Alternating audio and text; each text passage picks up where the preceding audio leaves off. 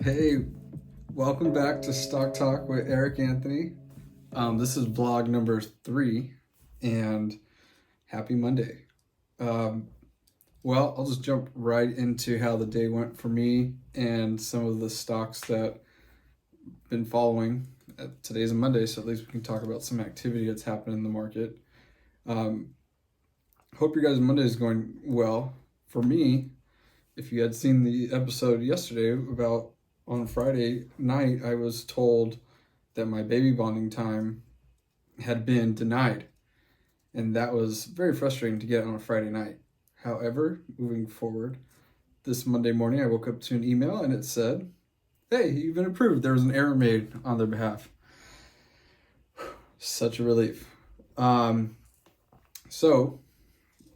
Like I was saying before, little man and me stayed together last night, and then my wife came home in the morning because she got home from work. So because I didn't have any work, it was nice. Got to just hang out with the little man. Today we had made breakfast, did some laundry. Then we play a little bit.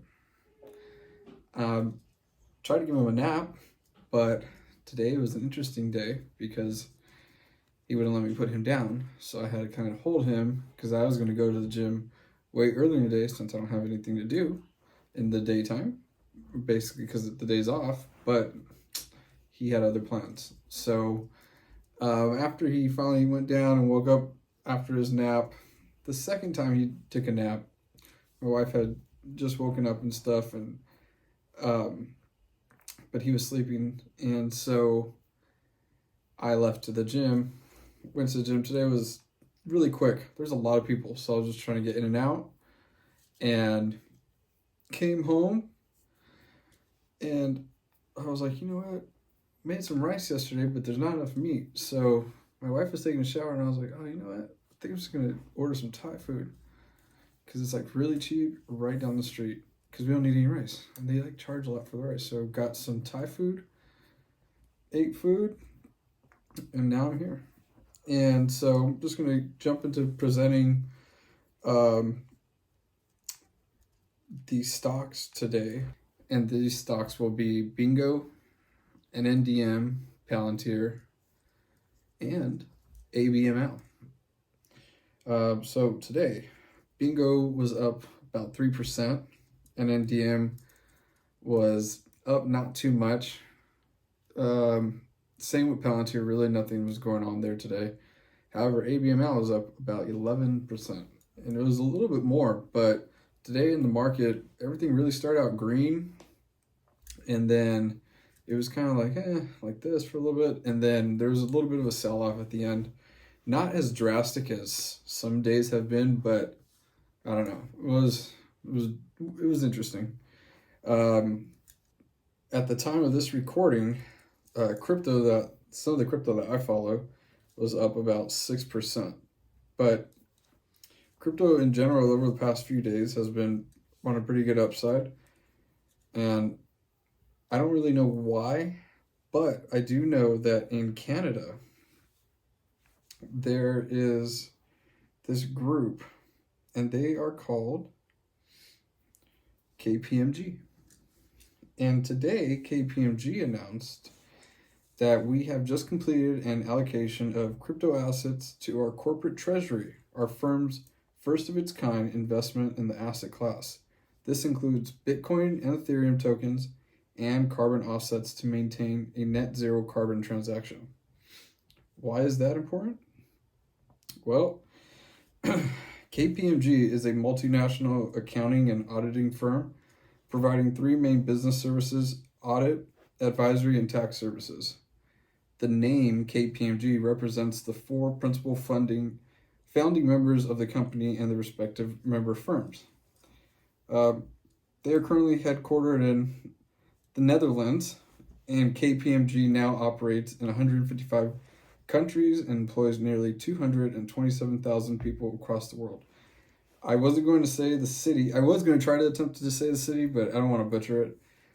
Either way, they own control a lot of money, and now they have announced that, like it said, that Bitcoin and Ethereum are now part of their asset class. And getting back to ABML, like I was saying before, moved up quite a bit today. And it might be because they put up their first cement wall, as you can see here. This is actually pretty exciting because I've been following this company for almost like 2 years. So just to see like the plans were kind of exciting when that was finally announced for what they've been building, but now to like see walls go, you're like, oh. So it's actually on the OTC. So that one is very volatile. I think it went up as much as $4. It's trading at about $1 and some change right now. But its movement these past few days is what has been noticeable in comparison to other small mid caps or just OTC in general. Today, ABML, also known as American Battery Technology Company, as you can see here, they said, very excited about our collaboration with Charge CCCV and BASF. And you can see they just retweeted C4V, who basically just gave them back the same excitement. C4V is a lithium-ion battery technology company possessing critical insight related to optimum performance of lithium-ion batteries as well as gigafactories. Their ABML collaboration received a $2 million contract award in 2021 from the US ABC and US Department of Energy. The grant is to demonstrate that battery-grade materials can be manufactured from recycled components at a lower cost and with lower environmental impact. C4V's contribution will include the fabrication and testing of automotive cells from recycled materials against cells made with pristine material.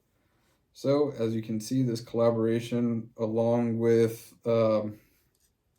just the construction and how it's been coming out, has played a pretty big role, significant role, I would say, in the price of ABML. So it's just something to definitely something to check out. In regard to the market in general, they finally announced that in its 10K filing today, said that during the year, or Tesla said that during the year that had ended in December 31st, 2021, their CEO, Elon Musk, had exercised all the remaining vested options from the 2012 CEO Performance Award, which amounted to an intrinsic value of $23.45 billion. So, knowing that all of those shares have been gone, that might be something to keep in mind if you're trying to make an entry long-term into Tesla. Tesla has kind of just been in the nines for a little bit. So I haven't really checked out the TA just because of how the market's been so volatile. It kind of seems like technical analysis, TA, at this time just kind of it's very hard to follow. There's some indicators I look at, like looking at the 26 moving day average. That one's pretty nice. The 9 days actually kind of interesting to look at too.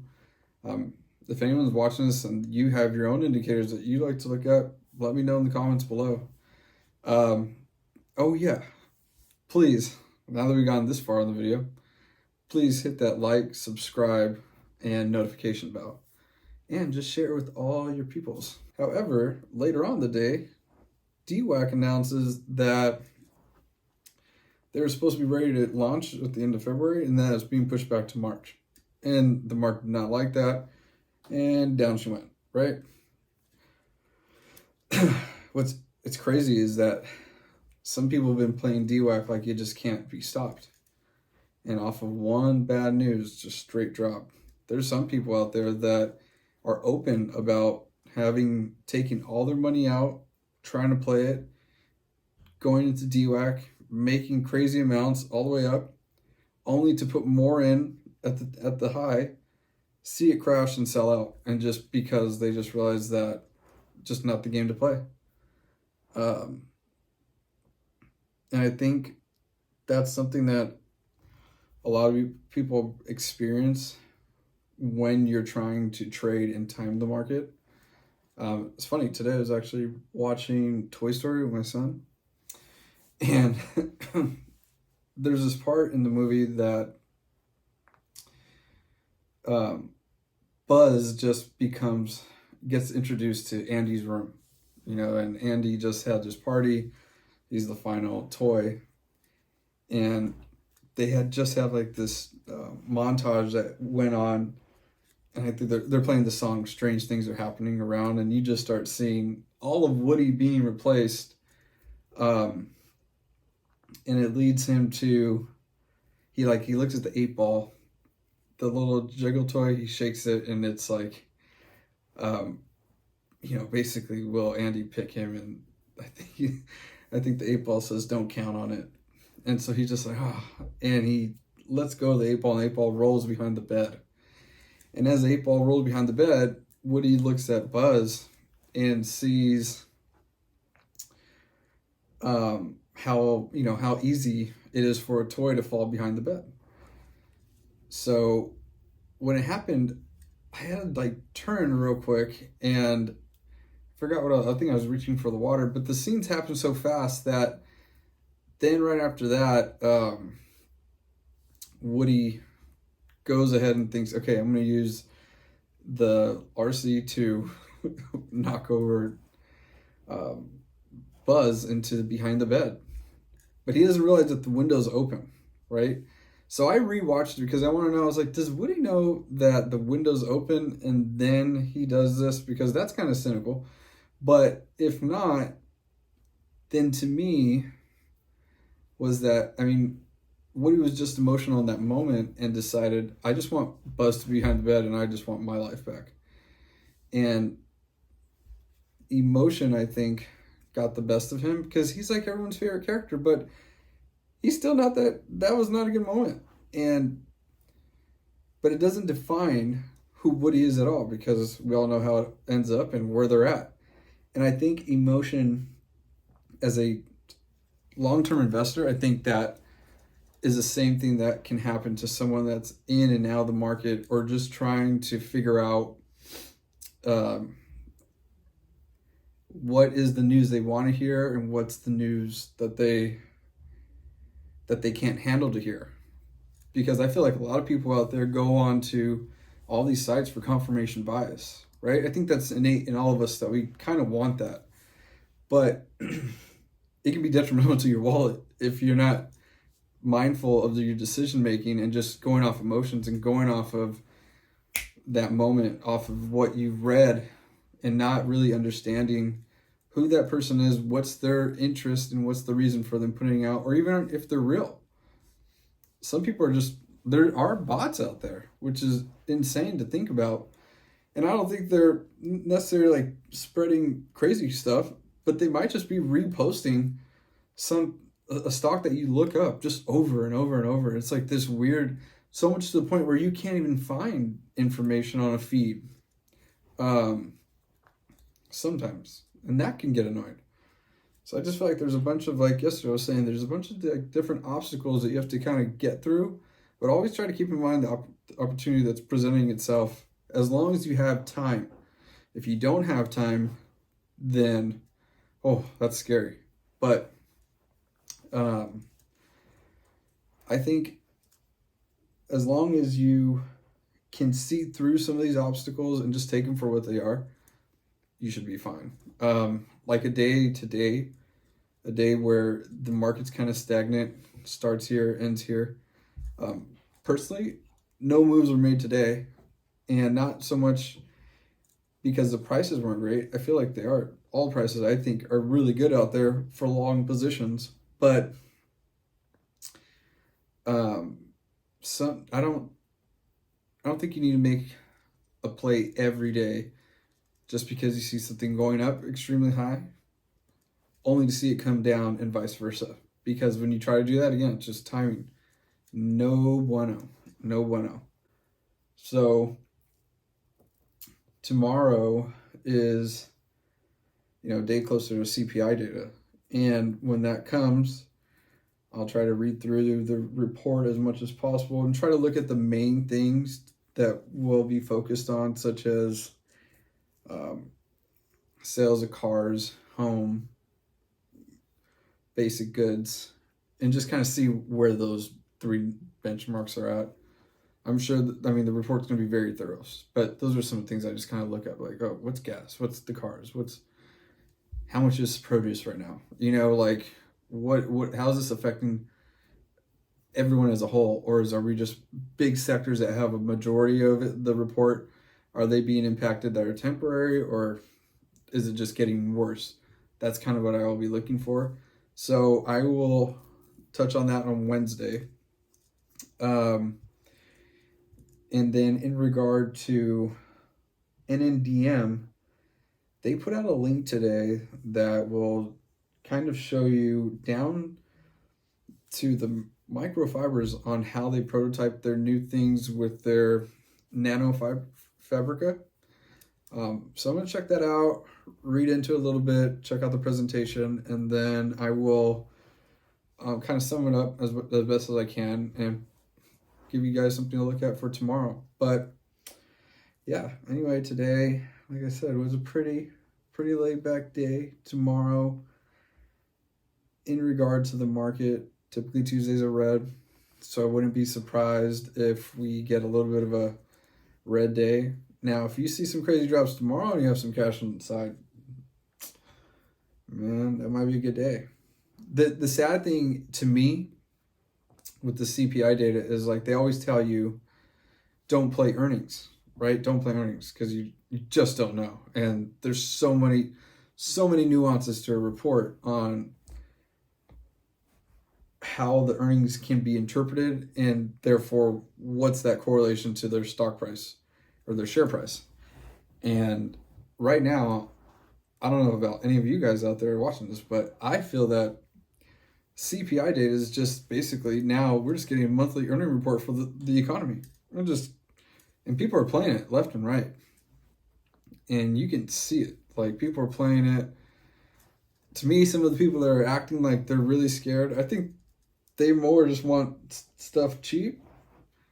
And then you have other people that are just like, oh my God, it's going to be a ferocious February and just up.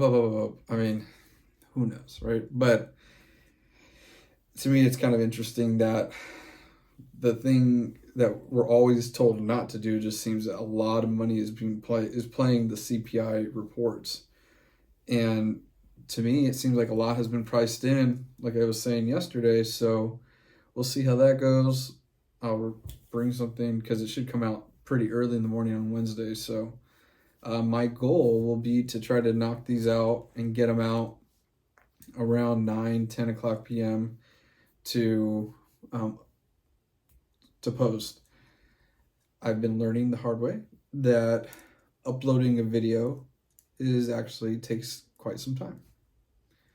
And I just messed up, because I realized I should have been clicking like at 5 or like 7, 8 every 9 minutes to stop it, because it takes so much time to airdrop from here to the computer. And it's quite fun to just wait on that. But once that comes on, actually the editing process is pretty fun to do. So I hope you guys are enjoying these videos. Until mañana, thanks again for hanging out with Stock Talk with Erik Anthony, and I will see you later.